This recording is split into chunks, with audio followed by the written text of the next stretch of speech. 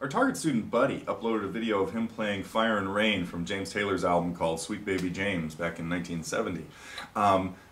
Playing it, singing it, doing all the picking, man, Buddy, way to go. It's killer. There's a few things, it's still got a little ways to go. I know you're still, it's kind of a under construction project right now. So here's a couple things you can think about. On that slide, be really careful right in the beginning to not do the slide too quickly. You have to make it sound as if it was two individual eighth notes. Watch out for this. These are not grace note slides, they're full eighth note slides, meaning each note is equal, and this is a case where your left hand has to move at the speed, or it has to actually think like a right hand. I've got all kinds of lessons that talk about hammer-ons and pull-offs and why they're difficult.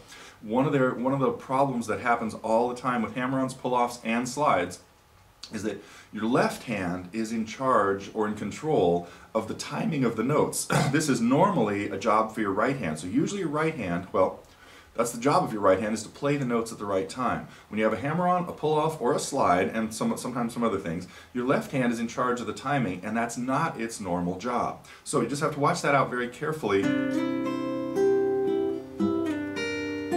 Now, all the fancy stuff that happens in the intro is very difficult and intricate, and the best thing to do for practicing that is slow it way down. I can't even remember it now. Do it really, really slow with a metronome and get every note exactly right. Now, having said that, another great way to practice this is when you start working in the singing, make the playing very easy. Don't worry about... Just keep that same four-note arpeggio going.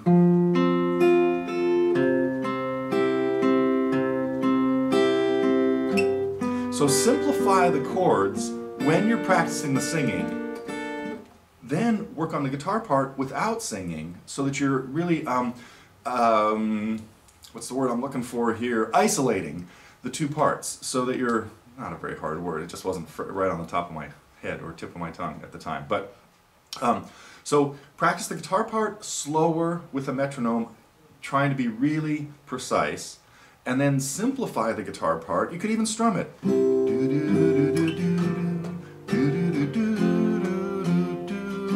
And then really focus on the phrasing and what you want to do with your voice.